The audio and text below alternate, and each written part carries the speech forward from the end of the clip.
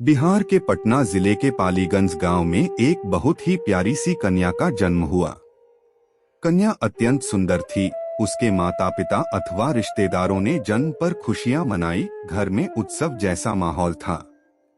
लेकिन कुछ रिश्तेदारों ने कन्या के जन्म की बात सुनी तो आलोचना करने लग गए। कन्या का नामकरण उसके रूप व सौंदर्य के आधार पर विदुषी रखा गया। विदुषी बहुत ही सुंदर और चंचल स्वभाव की। जो भी उसे देखता उससे आकर्षित हुए नहीं रह पाता। उसे गोद में लेकर प्यार करने लग जाता।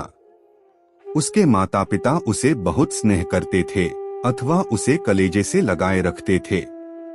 विदुषी अपने गांव घर में किलकारियां मारती हुई खेलती कूदती अथवा वात्सल्य रस लुटाती तोतली बोली में अनेक गीत गुनगुनाती पलती बढ़ती रही।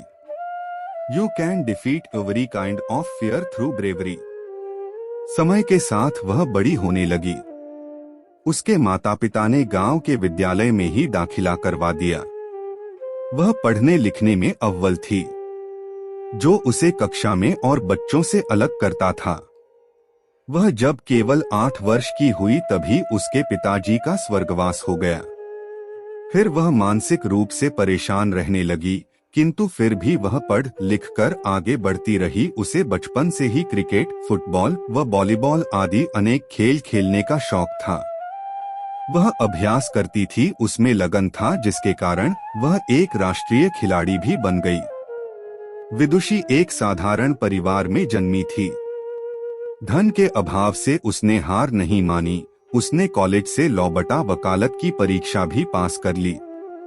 विदुषी की जिंदगी में एक मोड़ ऐसा आया कि जब वह एक परीक्षा देने के लिए ट्रेन से जा रही थी।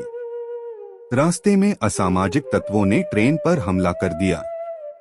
विदुषी ने जब इसका पुरजोर विरोध किया तो डाकुओं ने उसे ट्रेन से नीचे धकेल दिया।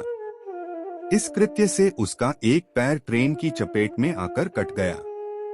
इसके बावजूद विदुषी ने हिम्मत नहीं हारी और निरंतर आगे बढ़ती रही। विदुषी अपने भाग्य के भरोसे न रहकर पूरे जीवन में मेहनत करती रही।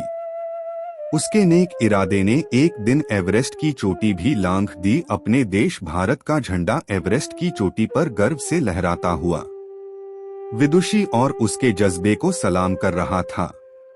तात्पर्य यह है कि जब आपने लगन व तपस्या की भावना रहती है तो आपके लिए कोई भी कार्य असंभव नहीं रहता। जय सा की विदुषी के साथ हुआ। एक पैर ना होने पर भी उसने एवरेस्ट की दुर्गम में चोटी पर चढ़कर यह साबित कर दिया कि मेहनत और लगन के आगे एवरेस्ट की चोटी भी राई के पहाड़ जैसी हो सकती है।